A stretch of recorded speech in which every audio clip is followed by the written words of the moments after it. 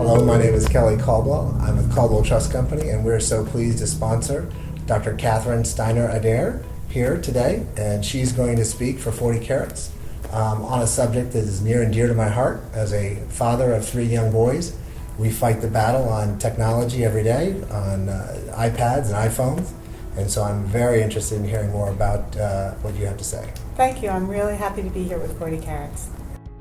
How is technology changing the interactions of family?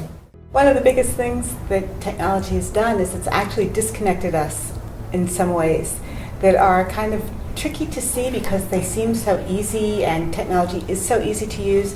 But when kids see their dads walk in the door and you walk in the middle of a conversation, they're much less likely to run up and give you a hug because you're more likely to say, shh, hold on, this is important. Mm-hmm. And we see that children will come and ask their parents for help with something, but their parents are texting. And they, hold on, honey, just wait.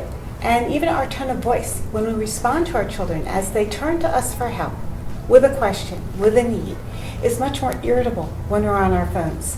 So they don't get the calm, oh, okay, honey, I know where your sneaker is, no worry. It's like, hold on, we'll find it.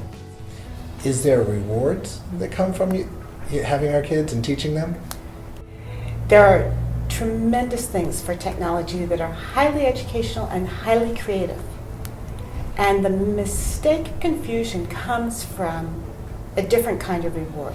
Technology used in schools in smart ways that are additive, not replacing things that are better done with manipulation, learning to write by hand, reading from a real book, not a tablet, but learning to videotape, to create code. Mm-hmm. That's something that's wonderful for kids.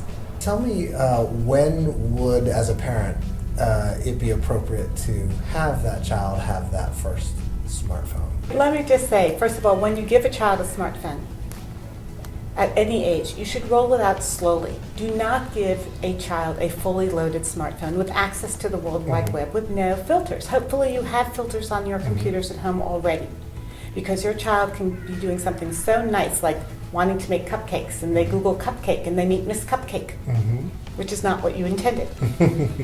So it's really important to have filters. And then, who can they text? And what kind of texting is okay? And in the book, I write about having a responsible use contract with your parents, just like you have at schools. This is what your phone is for. If you're going to have it, you have to keep it fully charged. No, oh, sorry, couldn't call you, my battery died. First, you can only text family and 5 friends, and you have limited texting. And we're going to go over your texting to make sure you're using appropriate language when you're texting. And I think that really the most important thing is how you introduce technology and how you keep going over it and over it with your kids. Oftentimes you see parents at restaurants or something who are using their smartphones or tablets as a means for a quiet dinner.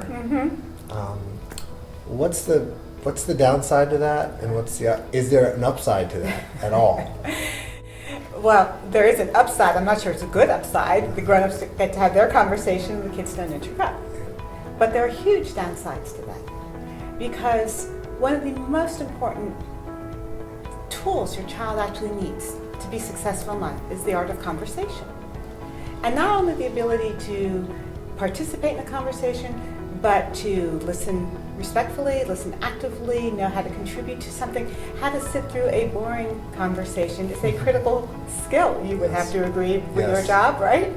And what we are seeing with kids who are given iPads at meals in restaurants is they're really not learning the art of conversation. And furthermore, what was really sad to me is I would ask it, so what's it like when you go to dinner and you get to use your iPad instead? And kids of all ages, whether they were 5 or 15, said, well, I don't know, I mean, it's kind of fun, I guess, but you sort of feel like you must be really boring to our parents. Social media is got lots of uses, but one of them that's getting a negative consequence is the use of it for bullying. As these kids are aware of it and touch it and are interactive with it, in some cases more active than their parents, how are you seeing the social side of that, the social media interacting with bullying, and what's the consequences of that? Well, what we now really have seen a lot is that from research we know that the human brain takes risks when we are anonymous.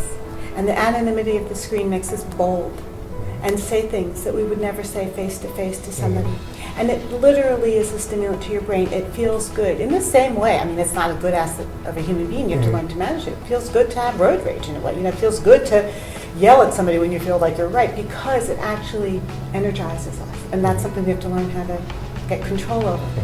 And these screens tap into that part of us and disinhibit us and decrease our empathy. And to make matters more complicated, people are making millions of dollars by inventing sites like Ask FEMME or Whisper or Yik Yak or Snapchat, where the sole purpose really is to be able to do just that. We have kids doing so much good stuff on social networking sites. 60 to 80% of what they are doing is so good, saving each other's lives, literally, by saying, oh, my friend posted this emo thing, it's really depressing, and telling a teacher. You know, we're picking up kids at risk. Kids are finding friends that they need when they're growing up in a culture that doesn't accept them. All that is so good. But on these sites, it's cool to be cool. And you get likes, and you get followers. It's a culture of humiliation. The more embarrassing a picture you can take of an 11-year-old boy drooling on a bus on a class trip, the cooler you are. So what's very tricky is not all, at all, but on some of these social networking sites, the values are just the opposite of the values, 40 carats, the values in your corporation, the values in your family. It's cool to be mean. You get more social capital by humiliating somebody.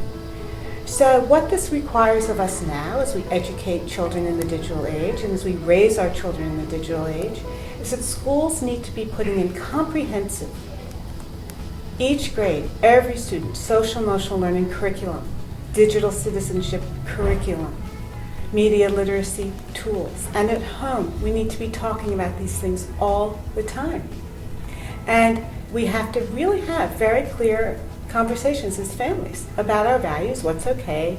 This is your phone. It is not for spreading rumors or taking embarrassing pictures, and if you do that, you will lose it.